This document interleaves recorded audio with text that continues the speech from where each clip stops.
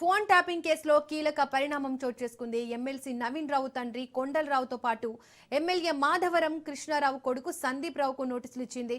మధ్యాహ్నం 1 గంటకు జూబ్లీహిల్స్ పిఎస్లో విచారణకు రావాలని ఆదేశించింది. రైట్, ఇక దీనికి సంబంధించి మరింత సమాచారాన్ని మా క్రైమ్ బ్యూరో చీఫ్ మధు అందిస్తారు. మధు, ఫోన్ ట్యాపింగ్ కేసులో కీలక పరిణామం అయితే చోటు చేసుకుంది. ఎమ్మెల్సీ నవీన్ రావు తండ్రి కొండలరావుతో సందీప్ రావుకు నోటీసులు ఇచ్చింది. ఈ రోజు మధ్యాహ్నం 1 గంటకు జూబ్లీ హిల్స్ పిఎస్ లో విచారణకు రావాలి. అంశాలపై ప్రశ్నించే అవకాశం ఉంది. డీటెయిల్స్ ఏంటి? డెఫినెట్గా కూడా ఇప్పుడైతే సజ్జనర్ ఫోన్ ట్యాపింగ్కి సంబంధించినటువంటి కేసును టేకప్ చేశారో చాలా స్పీడప్ అయ్యింది.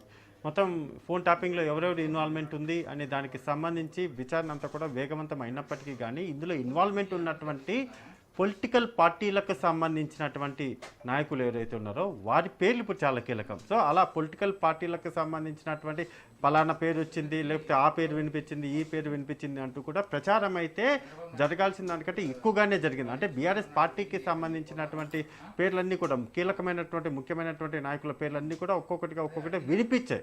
కానీ ఎక్కడా కూడా అఫీషియల్గా మాత్రం ఎక్కడా కూడా ఆన్ ద రికార్డ్ అయితే కనిపించలేదు. కానీ ఇప్పుడు చూసుకుంటే మాత్రము ఇద్దరు కీలకంగానే మారని చెప్పవచ్చు. అందులో భాగంగానే ఈరోజు మధ్యాహ్నం 1 గంటకు తమ ఎదుట హాజరు కావాలంటూ కూడా నవీన్ రావు అయినటువంటి ఎమ్మెల్సీ నవీన్ రావు అయినటువంటి తండ్రి కొండలరావు, అదేవిధంగా ఎమ్మెల్సీ మాధవన్ కృష్ణారావు కొడుకు అయినటువంటి సందీప్ రావు ఎదుగుతున్నారో వాళ్ళకి సంబంధించినటువంటి నోటీసులు ఇప్పుడైతే సిట్ అధికారులు జారీ చేశారు.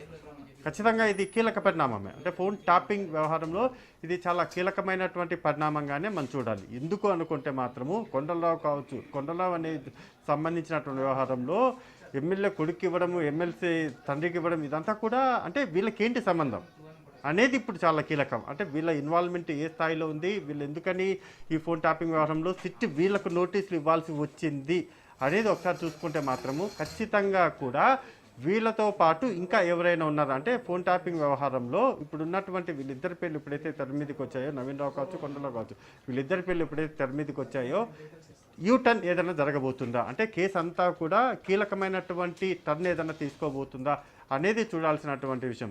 అండ్ మోర్ ఓవర్ ఇప్పటికే విచారించాల్సినటువంటి ప్రభాకర్ రావు ఎవరైతే ఉన్నారో ఆయన్ను పూర్తిగా కూడా తమ కస్టడీలోకి తీసుకున్నటువంటి సిట్ అధికారులు విచారించారు.